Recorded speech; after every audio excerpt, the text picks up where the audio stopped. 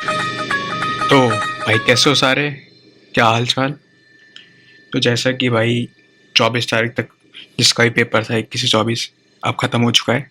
सिर्फ 28 वालों को बचा है। जो 24 वाले हैं वो अब स्टार्ट कर दिए होंगे अपना प्रिपरेशन आगे का अप्रैल के लिए, जो अप्रैल के लिए पढ़ रहे होंगे आगे के लिए।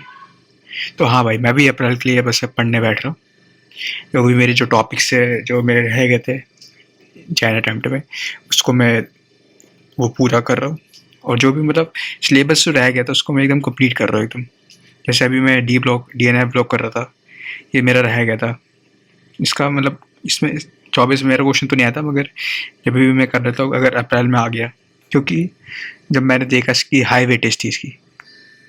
बाकी साथ में नोट्स बनाता हूँ मैं, क्योंकि भाई नोट्स बनाना बहुत ज़रूरी है भाई। अगर आईओसी के तुमने नोट्स बनाया ना कभी भी, तो भूल जाना कि तुम्हें कभी ये टॉपिक, ये कोई चैप्टर तुम्हें तुम्हारा रिवाइज हो चुका है, या फिर तुमने इस पर मजबूती कर ली। जब तक नोट्स ना होगे ना तब तक तुम्हारा चैप्टर गया आईओसी में। तो बाकी भाई मेरा प्लान है कि जैसे मैं इसमें क्वेश्चन प्रैक्टिस पे ज़्यादा ध्यान दूंगा, और बाकी मैं रिवीजन पे करूँगा। रिवीजन, उस पर रिवीजन पे सबसे ध्यान देना, रिवीजन पे।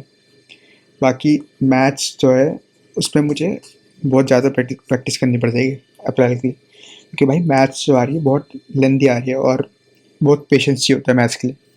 तो मैथ्स में खास ध्यान दूंगा। बाकी मेन तो भाई क्वेश्चन प्रैक्टिस ही है, क्योंकि भाई क्वेश्चन प्रैक्टिस नहीं करोगे ना भाई तो तुम्हारा कभी नहीं निकलने वाला जी। अभी सबसे बढ़िया ऑप्शन है अभी पीवाईक्यू लगाओ सारे।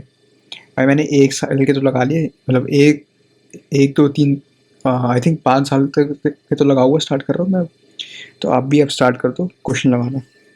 बाकी भाई मैथ्स में रिवीजन करूँगा, और भाई जो भी इसलिए मैं तो, मेरा फिजिक्स में सबसे ज़्यादा फिजिक्स में बहुत सारे सिलेबस मेरा छूटा हुआ है।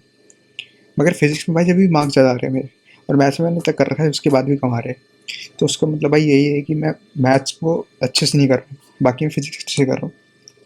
बाकी भाई केमिस्ट्री में तो भाई, केमिस्ट्री में आईओसी मेरी कंप्लीट हो जाएगी, उसके बाद मेरा इक्विलिब्रियम रह जाएगा, वो मैं कंप्लीट करूँगा पीसी का।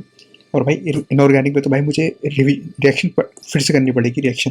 तो भाई रिएक्शन मुझे कुछ नहीं आती भाई, मैं सारी भूल चुका रिएक्शन। मैंने, मेरी जीओसी स्ट्रॉन्ग है, आइसोमेरिज्म स्ट्रॉन्ग है, हाइड्रोकार्बन मैंने कर रखा है। मगर भाई हाइड्रोकार्बन करने के बाद भी भाई अब सब भूल चुका हूँ मैं। तो भाई दोबारा पढ़ना पड़ेगा, रिवाइज करना पड़ेगा। तो भाई तुम कोई कमेंट पे कोई सजेशन दो कि मैं क्या करूँ। हाँ, जो ऐसे रिएक्शन मैकेनिज्म है ये सब है, वो मैं वन शॉट से करूँ या फिर जो प्रयास के लेक्चर है उनसे करूँ। तो भाई बताना भाई कमेंट।